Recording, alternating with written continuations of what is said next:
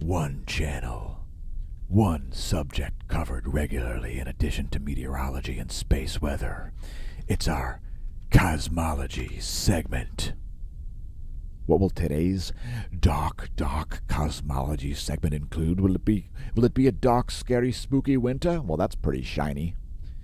And that is an object that has to be very cold. It's called the James Webb Telescope. It's a space telescope. It's very, very expensive, and it's on its way to Lagrange point 2. So if you're not familiar with Lagrangian points, Lagrange point 2 is this point on the opposite side of the Earth here, putting the Earth on a line between the Sun and Lagrange point 1,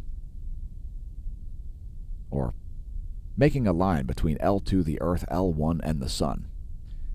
The James Webb Telescope needs to be at very, very cold temperatures because it strives to take measurements in infrared light. And it's on its way. So that's the astronomy picture of the day at apod.nasa.gov. And I would note, everybody, check out scitechdaily.com. It's a great science publication. Lots of fascinating articles here today about stuff like a new isotope, magnesium-18, stalling Alzheimer's neurodegeneration, and more. The DART spacecraft. But we're going to talk about the James Webb. So here's what's going on with the James Webb.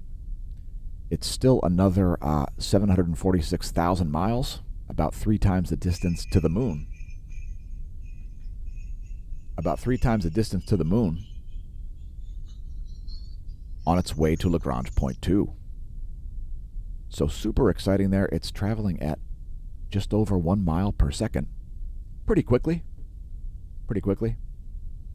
I don't know what that translates to in miles per hour. If you'd like to do the calculations, let us know in the comments. We're streaming live. I can't do it right now. Anyway,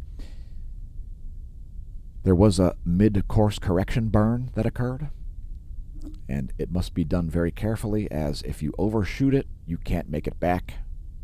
So yeah, the James Webb Telescope's been launched. It did not burn up on the launch pad, thank goodness.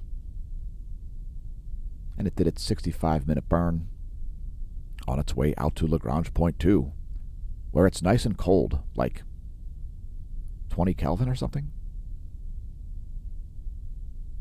I think it only wants to be at 20 Kelvin or something like that.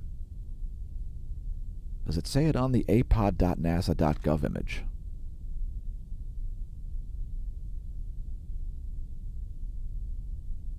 Anyway, it launched yesterday on an Ariane 5 rocket from French Guiana. And over the next month, we can expect to see various instruments deployed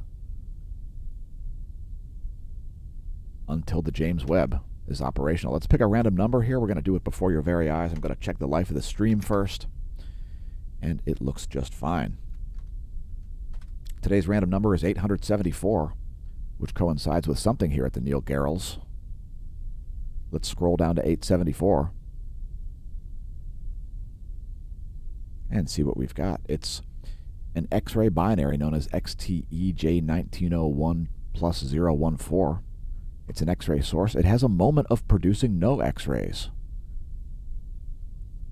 Fairly interesting. In fact, is it in an X-ray quiescent state now?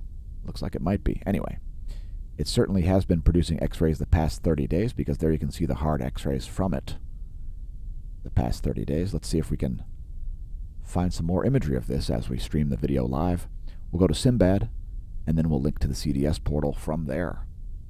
What's great about the CDS portal is it includes a lot of data about the same object. So it'll default you to DSS colored optical images, and then it'll show you all kinds of catalogs, tabular data, articles posted in its bibliography section, and then photometric points showing you what part of the electromagnetic spectrum this X-ray binary is bright in. We'll just give that a minute to load. Not really too worried about it. We're just going to go and look. So here's the DSS-2 imagery of this X-ray binary, and it's looking pretty dark in optical. Let's bring up some more wavelengths here and see what we see here, if we look at it, how about it in gamma ray? I don't know. Maybe it'll show up. Could be a gamma ray source. And it indeed looks like it is associated with a gamma ray source. Let's see what else we've got here. How about the XMM Newton is usually some good X-ray data, and there's a great X-ray image of that X-ray binary. A bit of a triangular feature there for all of you who like to be frightened of stars. This one is actually 2 stars, so there's a huge plasma-emitting disk between them, most likely some kind of a shared envelope situation. Probably not eclipsing binaries from the way the 30-day data looked. Let's see what else we can find here. The Suzaku public data? Nope. And let's see if it shows up in ultraviolet. And there is a bit of a feature there. Not too exciting. We'll just put it back on X-ray and call it a day on this object. And the XMM Newton is quite good.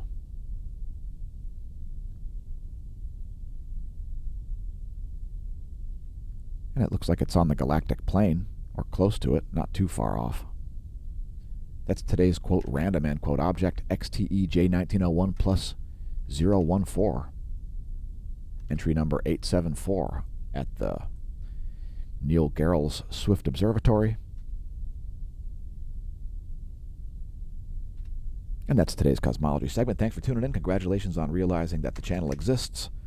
I've been your host, Dan, a.k.a. smAsho, signing off from the Smash News Network. Thanks for leaving a comment, TinMan57. Thanks for tuning in to the least busted Name It News.